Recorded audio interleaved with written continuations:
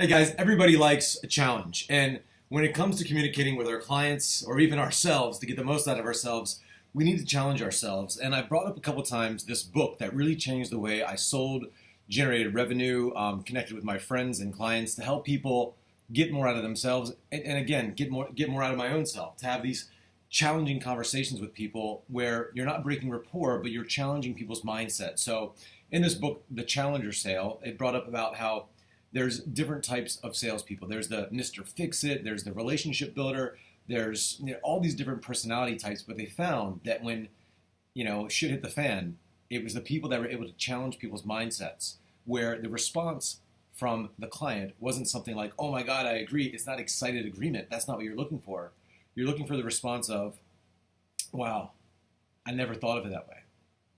Where the conversation itself, the consultation, is as valuable as the product. And so all products at some point become a commodity. All technology, all information. You could get information from me. You could get it, fitness information from anybody. They're all saying about 80% the same stuff, but it comes down to who do you want to buy your information from? Who's going to give you that experience? Who gives you the insight? Who challenge your way of thinking? So when it comes down to these challenging conversations, what needs to be challenged? What needs to be challenged? There's three things that you can challenge in these conversations, and I'm going to touch on them very briefly. One of them is the worldview.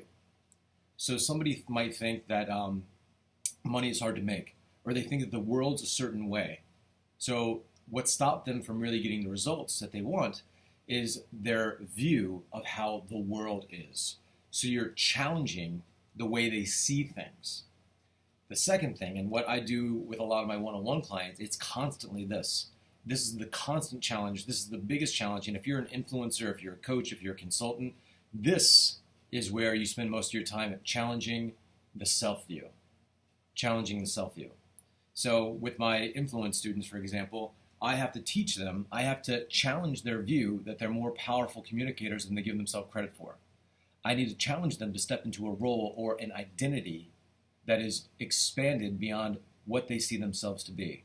Again, if you've probably heard me say this before, it's such an amazing quote. Sigmund Freud said the biggest need, the biggest need, the driving force in the human psyche is for a human being to remain consistent with how they see themselves. So you see yourself a certain way, I see myself a certain way, so we need to challenge, we need to constantly raise our standards and constantly expanding our self-view, who we believe ourselves to be. So we believe ourselves to be rich and powerful and beautiful and abundant and strong and healthy and vibrant. We need to challenge that no matter where we're at. We always have to be growing in that capacity, and that capacity to hold space, that capacity to communicate, that capacity to love, that capacity, our self-view must always be expanding.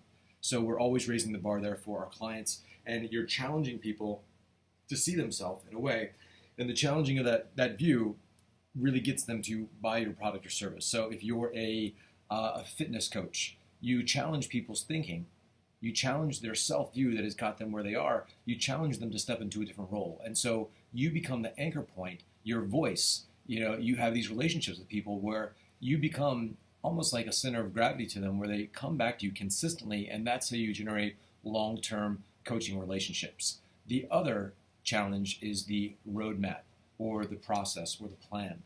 So you might challenge somebody, say, oh, you think that intermittent fasting is the best. It turns out this ketogenic diet is better. So you challenge their process. I have taken a lot of people that I know that have these scripted calls, and I think scripting is great, but I think that a lot of people that use scripts, they sound scripted. So I challenge people's roadmap. I challenge their process. And I say it's not so much about knowing exactly what to say and having these words all written out before you, because it rarely ever goes exactly that way. It's about you having center within yourself and seeing that as a process. There's certain checkpoints that you have to get people emotionally connected. So I challenge the process of the script. So these are just different ways that you can challenge people. Wanted to go a little bit deeper with you in this video. And if have any questions, let me know. Also, I have a Facebook group. If you want to join that, let me know, and I'll send you a link to it where I talk about a lot of this influence stuff. Or if you're interested in a little bit of coaching from me, where I challenge your mindset, get you to step up your game, let me know. Talk to you soon.